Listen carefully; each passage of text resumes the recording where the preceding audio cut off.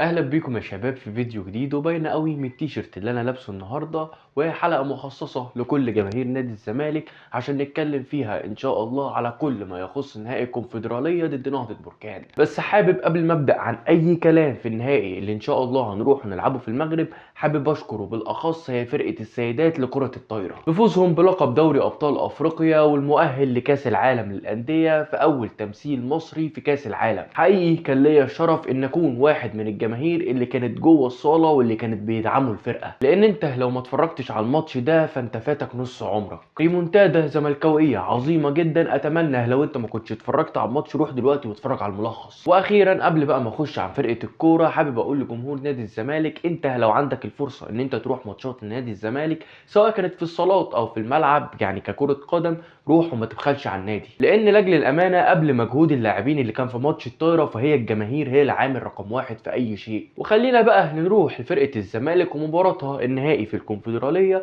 وقبل كل شيء وهو ماتش سموحه اللي الزمالك خسر 1-0. وخلينا نقول وبرضه نبقى صراحه مع بعض كده ان المباراه دي زودت الشكوك نوعا ما وخلتنا نبقى قلقانين جدا قبل ما نسافر المغرب.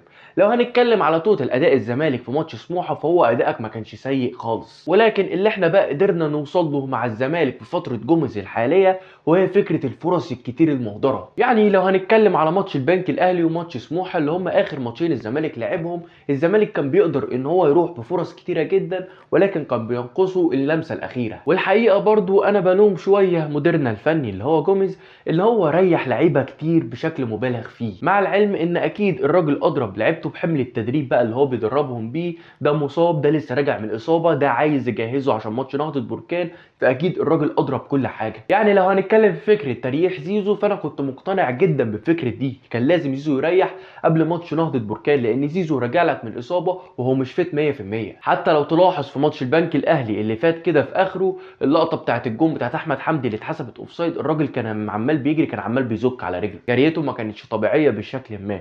فاحنا لو بنتكلم على زيزو فزيزو انا كنت مقتنع تماما واغلبيه جماهير الزمالك كانوا مقتنعه ان الراجل ده لازم يريح. انما بقى فكره ان انت تريح عمر جابر واحمد ابو الفتوح وحمزه المسلوسي ودونجا وسامسون تطلعه بره القايمه دي كانت تقيله شويه. وزي ما قلت لك على فكره في الاول انت في ماتش سموحه ما كنتش سيء، لا ده انت كنت بتوصل بهجمات كتير، زي مثلا لعيبه مثلا اللي هو محمد شحاته اللي قرر المدير الفني يلعبه باك يمين ادى اداء ممتاز جدا. ففكره ان انت تريح 5 لعيبه من العناصر الاساسيه في التشكيله مع كمان زيزو اللاعب السادس كانت تقيله شويتين. وفكره كمان اللي انت عندك لسه اسبوع، يعني كان في ايدك ان انت تريح اللعيبه دي وتخليهم يشموا نفسهم في الاسبوع ده، ولكن في الاول وفي الاخر قدر الله ما شاء فعل.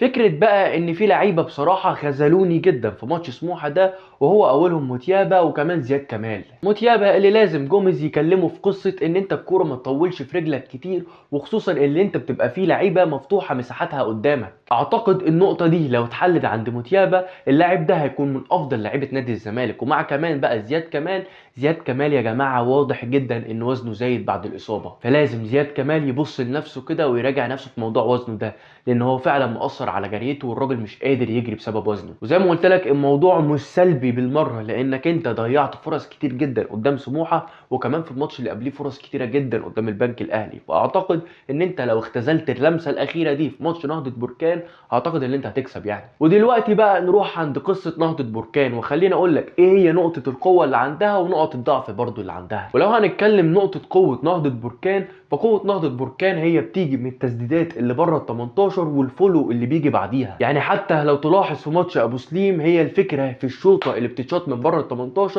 وزي ما تيجي اهم حاجه احنا عاملين الفولو في الكره الثانيه، غير كمان ان الاطراف بتاعتهم بتبقى شغاله بشكل جيد جدا، وخصوصا العرضيات اللي بتتلعب للمهاجم بتاعهم السنغالي باول باسن، مهاجم سنغالي عنده 23 سنه وبالمناسبه هو هدافهم في البطوله باربع اهداف. ولو بقى هنتكلم على نقطه الضعف واللي انت هتشوفها قدامك وواضحه وضوح الشمس هي فكره الكور الثابته عندهم. الكور الثابته يا جماعه احنا لو قدرنا نشتغل عليها الاسبوع ده عشان ننفذها في ماتش نهضه بركان انت هتقدر تكسب من وراها كتير جدا، لان بمسافه ما الكره الثابته بتتلعب ضدهم يا جماعه سواء بقى كان في ركنيه او رميه تماسه تتلعب طويله او حتى فاول من على حدود ال 18 تبقى في لعبكه جدا في دفاعهم. فيا رب نقدر نستغل النقطه دي وهي فكره الضربات الثابته ضدهم. واخيرا عن تشكيل نادي الزمالك المتوقع، وهو في حراسه المرمى محمد عواد، 2 سنتر باكات وهو حسام عبد المجيد وحمزه المسلوسي، باك يمين عمر جابر، باك شمال الشمال احمد فتوح، 2 ديفندرات محمد شحاته كان بيه دونجا، قدامهم لاعب مركز 10 وهو احمد حمدي،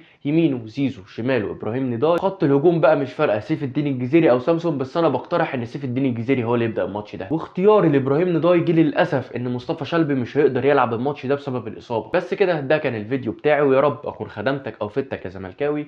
ما تنسوش يا زملكاويه تدعموني باللايك والشير والسبسكرايب. شكرا.